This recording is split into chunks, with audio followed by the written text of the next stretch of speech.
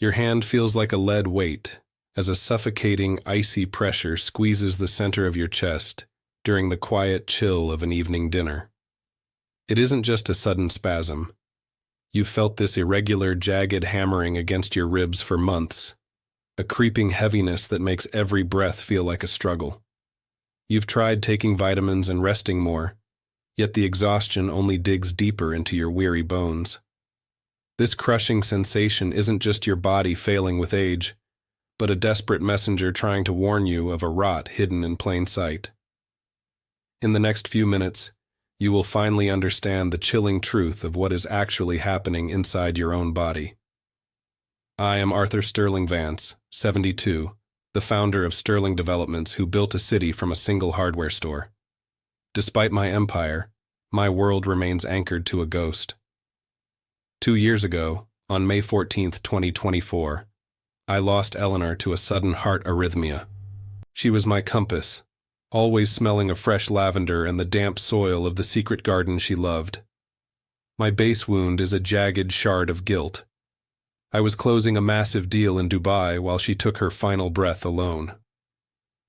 Now, her gold wedding ring hangs on a chain beneath my shirt, cold against my skin, a constant penance for the time I traded for concrete and steel. My life follows a rigid architecture. I wake at 5 a.m. to read the physical newspaper, and every Sunday, I share a glass of 1982 Bordeaux with Eleanor's portrait. This Christmas, I sat with my son Julian, the 42-year-old VP, and his wife, 38-year-old Claire. My granddaughter Sarah, 19, is studying abroad, leaving me with Julian's forced smiles.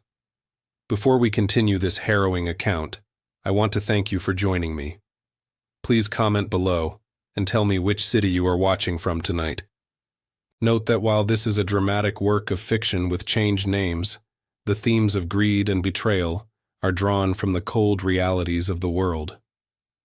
Julian approached the sideboard with a strange, frantic energy that clashed with the practiced grace of a Vance heir. He reached for the 1961 Chateau Latour, a bottle we had collectively sworn to keep sealed until his 50th birthday, still 8 years away.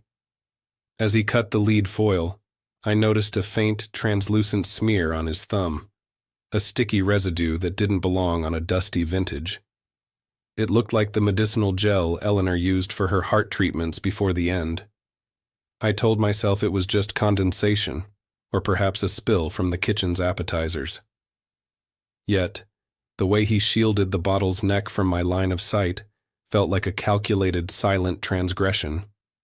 My suspicion deepened when I excused myself to find my reading glasses and spotted Julian's designer leather briefcase sitting open in the library. Tucked into a side pocket, I saw a crumpled receipt from a pharmacy in Zurich, dated December 12th, for a medication Eleanor had never been prescribed. I tried to rationalize it as a health supplement for his own stress, but the name on the paper sent a phantom chill through my marrow. Why would he hide such a mundane purchase behind a locked door? The warmth of the fireplace suddenly felt artificial, a staged heat masking an underlying rot. I stood in the heavy silence, wondering if my own son was a stranger wearing a familiar face. I retreated to my mahogany-paneled study under the guise of a headache, the silence of the mansion feeling like a heavy shroud. On my private, encrypted server, I pulled up the digital logs from the home security system dated May 14, 2024, the night Eleanor left me. I noticed a 3-minute gap in the hallway camera feed at exactly 11:42 p.m., right before her heart supposedly failed. My hand stayed steady, but my pulse hammered. The nurse's log, signed by a woman named Marta Jenkins, mentioned a late-night visit from family, yet Julian had sworn he was at a gala in Manhattan that entire evening. The foundation of my trust was cracking. Next, I accessed the Sterling Developments internal ledger, bypassing the VP's restricted permissions using my master key. Between January 2025 and November 2025, I traced a series of 42 separate wire transfers, each just under the $350,000 internal audit threshold, totaling exactly $14.7 million. These funds vanished into an offshore account in the Cayman Islands labeled Evergreen Logistics, a shell company I had never authorized. I stared at the screen, the blue light reflecting off Eleanor's gold ring. My son wasn't just managing the company. He was systematically dismantling it, piece by piece, while I sat at the head of the table praising his growth. The first concrete anomaly appeared when I compared the 2024 quarterly tax filings with the internal projections Julian had presented in October. A discrepancy of $2.3 million in consultation fees paid to a private clinic in Zurich caught my eye. I recalled the crumpled pharmacy receipt from the library. The dates matched perfectly with Julian's supposed investor retreat in the Swiss Alps. There was no retreat. He was meeting someone with medical expertise. I felt a cold, surgical detachment settle over me. This wasn't a series of mistakes or a gambling phase. This was a logistical operation designed to erase my presence in Eleanor's memory entirely. I knew I couldn't navigate this minefield alone, so I reached out to Detective Elias Miller, a 65-year-old retired homicide investigator who had been my closest confidant for 4 decades. We met at the Gilded Anchor, a quiet bistro 3 blocks from the precinct, away from Julian's prying eyes. Elias looked at the documents I'd smuggled out, his weathered face hardening into a mask of professional grimness. He didn't offer empty comforts or platitudes. He simply laid out his kit, a secure tablet and a decrypted database, and told me that my son had been under a quiet, unofficial observation by the fraud department for 6 months. Elias dropped the first major revelation like a lead weight on the table. "Arthur, it's worse than the embezzlement," he whispered, sliding a folder across the white linen. The $14.7 million wasn't just to cover gambling debts. It was being used to bribe a local medical examiner and a series of private pharmacists. The shell company, Evergreen Logistics, was registered to a man named Dr. Eris Thorne, a disgraced cardiologist who had lost his license in 2021 for illegal prescriptions. My breath hitched. Thorne was Julian's college roommate, the man who had visited our home the week before Eleanor died. The conspiracy was reaching into my very bedroom. The second layer of the rot was even deeper and more calculated than the theft of my company's liquid assets. Elias showed me intercepted emails between Julian and Dr. Thorne discussing dosage adjustments for a patient referred to only as the anchor. It didn't take a genius to realize that the anchor was me, the only person holding the Vance fortune together. They weren't just waiting for me to die of old age. They were actively curating my demise through a slow, chemical erosion. The realization that my only son viewed my life as a balance sheet to be settled was a betrayal that transcended mere financial greed. My investigation took a terrifying turn into the personal when Elias uncovered a secret life insurance policy. Julian had forged my signature on a $50 million Keyman insurance rider through a boutique firm in Luxembourg back in July. The policy was structured to pay out immediately upon my death, provided it was ruled natural causes or accidental. This shifted the entire narrative from a desperate son covering his tracks to a cold-blooded predator hunting for a massive payday. I looked at my own signature on the screen, a perfect mechanical replica of my hand, and realized I was already dead in Julian's mind. I spent the next 3 hours in a state of hyper-focused clarity, cross-referencing Julian's travel logs with Eleanor's medical history. Every sudden meeting coincided with a dip in her health, a pattern I had been too blind to see because I wanted to believe in the son I had raised. The weight of my retroactive guilt was a physical pressure in my chest, a phantom hand squeezing my heart. I had built skyscrapers and redefined city skylines, yet I had failed to see the viper coiled in my own nursery. The Vance legacy, once a symbol of integrity, was now a monument to a murderer's ambition. As I prepared to return for the final Christmas toast, Elias handed me one last piece of evidence, a recording of Julian and Claire arguing about the Christmas solution. The risk was no longer abstract. It was sitting in a wine glass waiting for me to take a sip. Before I reveal the contents of that recording, I have a question for you. If you discovered your own child was plotting your end, would you call the police immediately, or would you seek your own justice first? Type police or justice in the comments now. The loop was closing, and the harvest of the viper was about to begin. Elias and I sat in the dim light of the bistro, the air thick with the scent of old leather. He slid a second ledger across the table, one that didn't just track money, but influence. The $14.7 million hadn't merely vanished. It had been distributed like a virus across a network of city officials, inspectors, and even a prominent judge. Julian wasn't just stealing my wealth. He was purchasing a new reality where I no longer existed.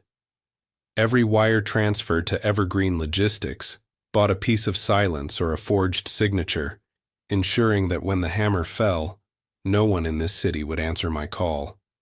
My empire was being replaced by a shadow kingdom. The revelation deepened when Elias pulled up a series of encrypted messages from a local courier service. They weren't delivering documents. They were transporting biological samples from my own home to Dr. Eris Thorne's private lab. For 6 months, my blood and hair had been analyzed to determine the exact dosage required to mimic a natural stroke without alerting a standard coroner. Julian hadn't just hired a disgraced doctor. He had turned my own biology into a countdown clock. The realization that my son was treating my body like a chemistry experiment was a physical blow, leaving me breathless. I was not just a target. I was a specimen in a lethal study. Beyond the medical betrayal, Elias uncovered a list of consultants on the Sterling payroll that I did not recognize. These were not architects or engineers, but private security contractors known for discreet asset recovery. Julian was paying them $50,000 a month to monitor my every move, bugging my library and tracking my car's GPS. The safety of my own mansion had become a gilded cage, a high-tech panopticon where my own employees were serving as my jailers. I realized that the glitches in my phone and the static on my line were not age-related tech issues. They were the sounds of a predator listening to its prey, waiting to strike. I returned home that evening, my skin crawling as I walked through the grand foyer. I went straight to my bathroom cabinet and looked at the daily beta blockers I had taken since Eleanor's passing. Using a small testing kit Elias provided, I crushed one pill into a vial of reagent. The liquid turned a violent bruised purple, the signature of a high-concentration digitalis derivative, not my prescribed medication. I had been ingesting my own execution for weeks, the very drug that had likely silenced Eleanor. My hands trembled from the sheer calculation of it all. My son sat downstairs, laughing at a movie, while my heart was being systematically dismantled. The personal risk escalated from my health to my very identity when I checked my private vault in the library. The durable power of attorney I had drafted 10 years ago, which required 2 independent doctors to certify my incapacity, had been replaced. The new document, bearing my perfect but forged signature, allowed Julian to seize total control based on a single signature from Dr. Thorne. He had already filed a notice of intent with the probate court, scheduled to go into effect on January 1, 2026. If I did not act within 48 hours, I would be legally erased, a ward of the state under the guardianship of my own murderer. I confronted Claire in the kitchen under the pretense of finding a midnight snack, watching her eyes dart toward the door. She looked haggard, the spark of social ambition replaced by a hollow fear that she could not hide. "Is this what Eleanor would have wanted, Claire?" I asked, my voice a low, gravelly rasp. She shattered a crystal glass on the marble floor, the shards scattering like my own broken trust. She did not deny it. She simply whispered that Julian's debts were too deep and that Thorne had convinced him there was no other way. Her silence was not just complicity. It was a death sentence signed in blood and cowardice. The scope of the network reached its final, terrifying layer when Elias sent a frantic text. "Get out of the house. Now." He had intercepted a call between Julian and the head of security, a man I had trusted for a decade. They were not just waiting for the poison to work anymore. I had started asking too many questions, and Julian was panicking. They were planning to stage an accidental fall in the library tonight to accelerate the timeline. My sanctuary was now a kill zone, and the men standing guard at my gates were the ones holding the keys to my casket. I was alone in a fortress-turned tomb. I locked myself in the study, listening to the heavy footsteps echoing in the hallway. My liquid assets were already being frozen by Evergreen Logistics through a series of fraudulent court orders, leaving me with zero access to the millions I had spent a lifetime building. Julian had effectively cut off my oxygen, my legal standing, and my protection in a single, coordinated strike. I looked at Eleanor's ring on my chest, feeling the cold metal ground me. I had built skyscrapers from nothing, and now I would have to burn my own legacy to the ground to survive. The son I loved was gone. A monster remained. Before I reveal the final recording that changed everything, I must warn you. What you are about to hear is deeply disturbing and reveals the true extent of Julian's depravity regarding my late wife. If you have a sensitive heart or cannot handle the reality of family betrayal at its most lethal, please click away now. This is your only warning. Julian's Christmas solution wasn't just about my death. It was a confession of a previous crime that I was never supposed to solve. Stay only if you are prepared for the darkness.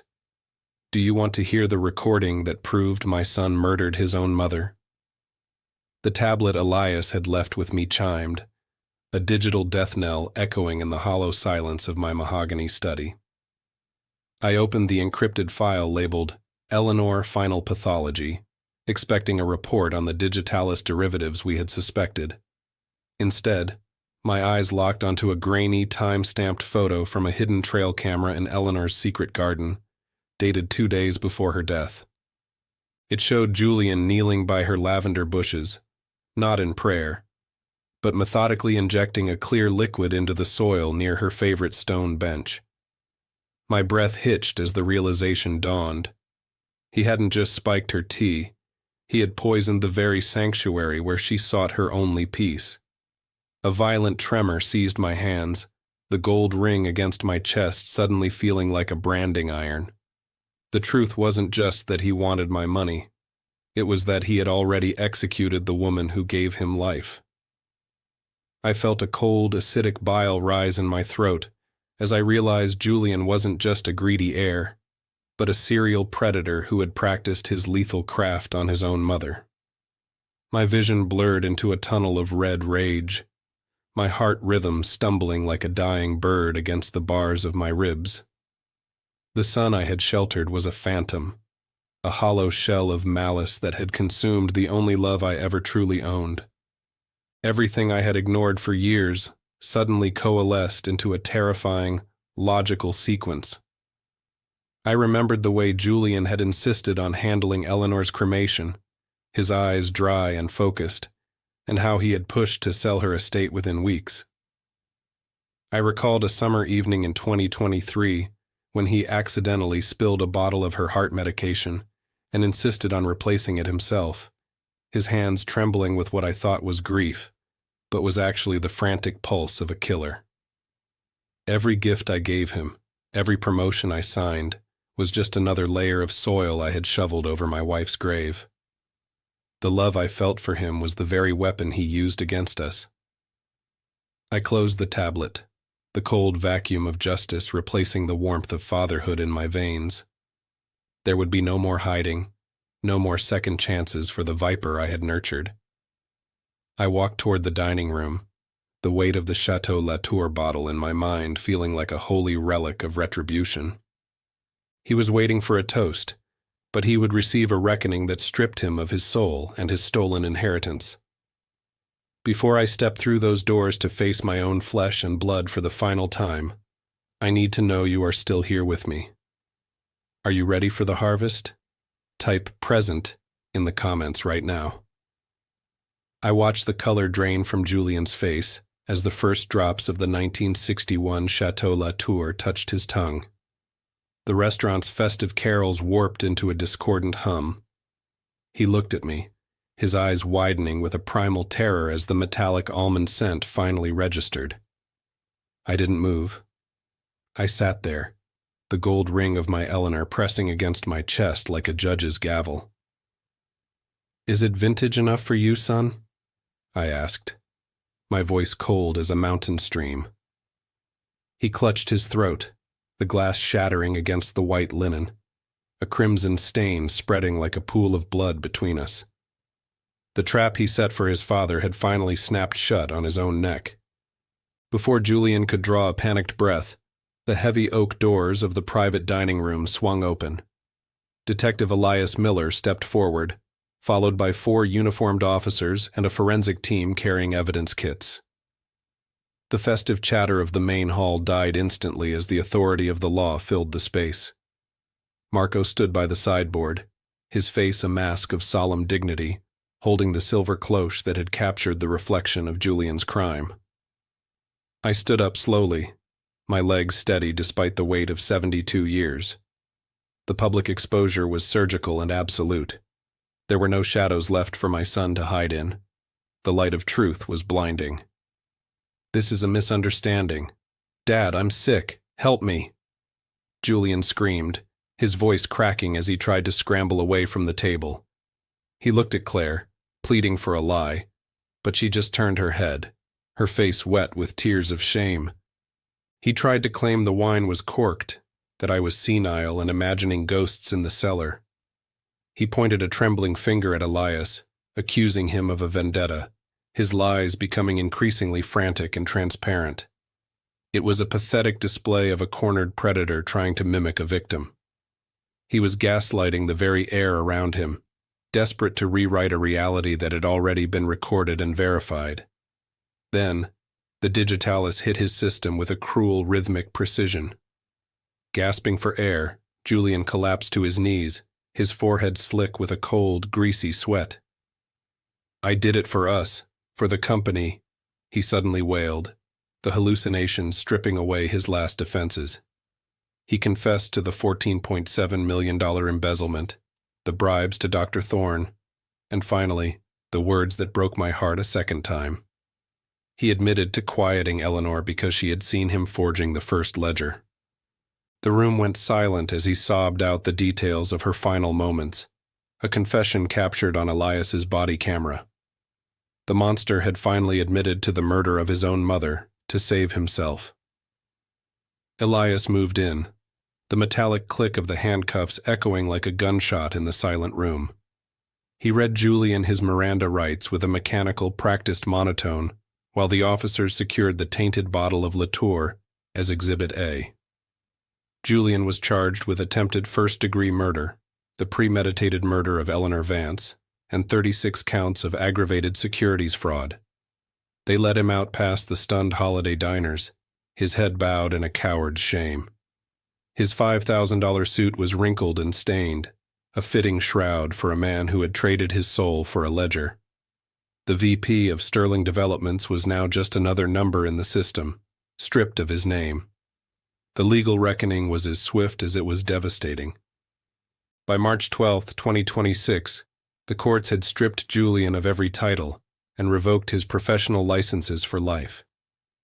He was sentenced to 2 consecutive life terms without the possibility of parole, ensuring he would never again see the skyline I had built. The $14.7 million was clawed back from Evergreen Logistics, every cent diverted into a scholarship fund in Eleanor's name. Dr. Eris Thorne had his medical license permanently revoked before being sentenced to 20 years for his role as an accomplice. I sat in the courtroom, watching the gavel fall, realizing that justice doesn't bring back the dead. It only clears the path for the living. It has been exactly 8 months since the gavel fell, and the halls of my estate no longer echo with the footsteps of a predator. I have spent this time rebuilding, not just the Sterling Development skyline, but the foundation of my own soul. The Sterling Foundation for Cardiac Research now occupies the top floor of the Vance Tower, a living monument to Eleanor's memory rather than a silent tomb. I spend my quiet mornings in her secret garden, where the scent of lavender no longer triggers a phantom ache, but a sense of profound, hard-won peace. I visited her headstone yesterday, placing a single white rose where a viper once knelt, finally healing my oldest wound. You might think your legacy is secure, but the viper's harvest proves that the most lethal poison often flows through your own veins. I failed as a father by mistaking indulgence for character, a sin that nearly allowed a monster to consume the woman I adored. Remember the ancient scripture: a house built upon the sand cannot stand, and a legacy rooted in greed will always collapse under its own weight. Never ignore your intuition to preserve a false peace. If this journey of betrayal and justice moved you, please comment "Protected" below, share this story, and subscribe to our channel. Note: this is a work of fiction. Names are changed, and legal themes are for dramatic purposes only.